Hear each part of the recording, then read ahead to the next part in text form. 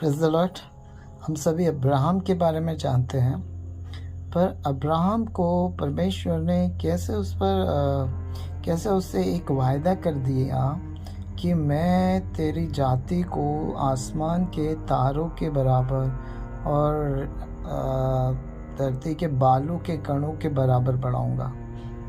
और मैं उत्पत्ति उसके 22 अध्याय में जब पढ़ रहा था, तब एक चीज़ देखने को मिली कि परमेश्वर ने अब्राहम से पहले वादा किया और उसके बाद में उस वायदे को पूरा करने के बाद, यानी कि अब्राहम को कोई संतान नहीं थी जब सारा 90 साल की थी, और उस समय जो है परमेश्वर ने उनको एक बेटा दिया।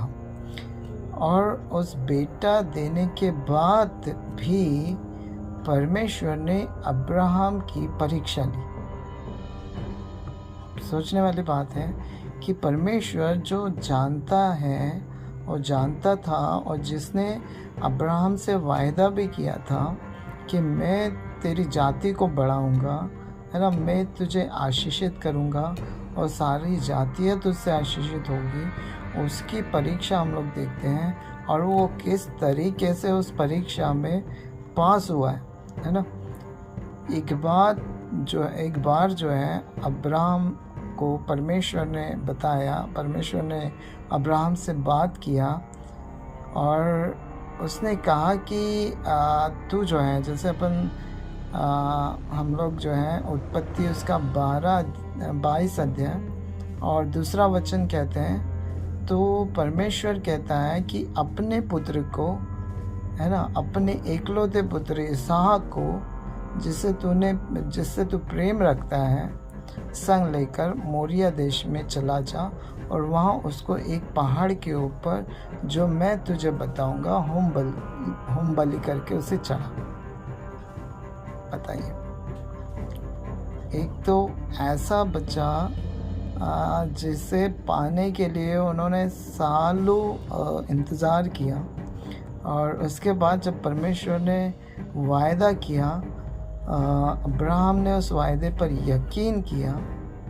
उसके बाद अब्राहम की परीक्षा हो रही, और ये परीक्षा में उससे उसका बेटा बलि के तौर पे मांगा जा रहा है।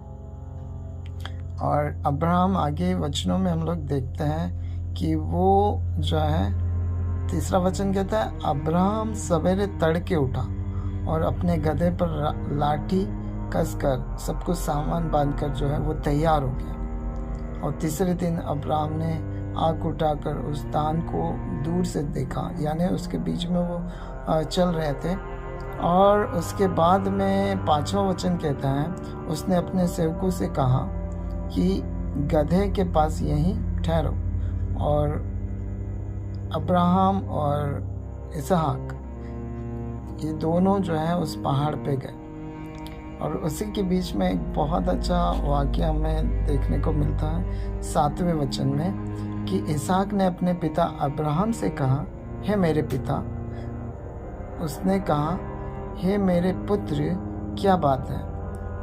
उसने कहा, देख, आग और लकड़ी तो है, होम बलि के लिए भेड़ कहाँ है? कैसा लग रहा होगा जब अब्राहम उसे घर से यहाँ तक के लेके आया। उसके मन में क्या चल रहा होगा हम नहीं सोच सकते। पर उस बच्चे के अंदर भी एक बात हमें देखने को मिल रही है कि वह बोल रहा है कि सब कुछ है। पिता ने बोला है हम बलि देने जा रहे हैं, और उसके पास में जो है लकड़ी भी है और जलाने के लिए भी है ना, और जो भी काटने पीटने का साधन वो भी है, पर जो बलि चढ़ाने के लिए वो नहीं है, जो भेड़ होता है वो नहीं है।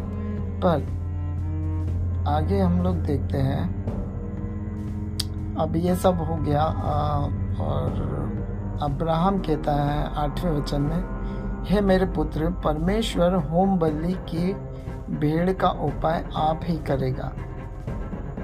हालेलुया।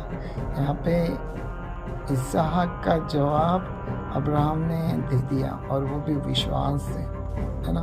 उसके विश्वास एकदम बिल्कुल ऊंचे पे था। जैसे कहते हैं कि राई के दाने के बराबर विश्वास, तो अब्राहम का विश्वास उससे भी कहीं ज़्यादा बढ़कर, है ना। और उसके बाद में अब्राहम सब वेदी को तैयार भी कर रहा है। आगे वचनों में जब हम लोग पढ़ते हैं और 10वें वचन में पढ़ते हैं कि फिर अब्राहम ने हाथ बढ़ाकर छुरी को ले लिया। यानी 9वें वचन अगर हम देखें तो जब वो स्थान को जैसे परमेश्वर ने उसको बताया था पहुँचे, तब अब्राहम ने वहाँ वेदी बनाकर लकड़ी को चुन चुन कर रखा और अपने पुत्र इसहाक को बांधकर वेदी पर रख दिया।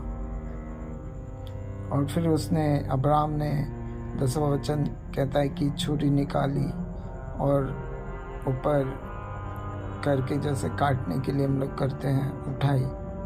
उतने में ही जो है 11वां वचन कहता है, तब यहोवा के स्वर्गदूत ने स्वर्ग से उसको पुकार के कहा, हे अब्राहम, हे अब्राहम। उसे कहा, देख मैं यहाँ हूँ, उस लड़के पर हाथ मत बढ़ा और न उसे कुछ कर, क्योंकि तूने जो मुझसे अपने पुत्र वरन अपने एकलौते पुत्र को भी नहीं रख छोड़ा, इससे मैं अब जान गया कि तू परमेश्वर का भय मानता है। हालेलुया। ऐसे ही अब्राहम को विश्वास का पिता नहीं कहा जाता है, क्योंकि वो इस तरीके की परीक्षा में से गुजर के भी परमेश्वर के योग्य विश्वास और परमेश्वर के उस वायदे पर उसने विश्वास योग्य बनाना। हालेलुया। तो हमारा भी परमेश्वर के प्रति इस प्रकार का विश्वास होना बहुत और बहुत ही ज़रूरी है। जय मसीह की। बाइबल पढ़ते रहिए और बहुत सारी बातें परमेश्वर आपसे करेगा। उसके प्रेम को आप महसूस करते रहिए। God bless you.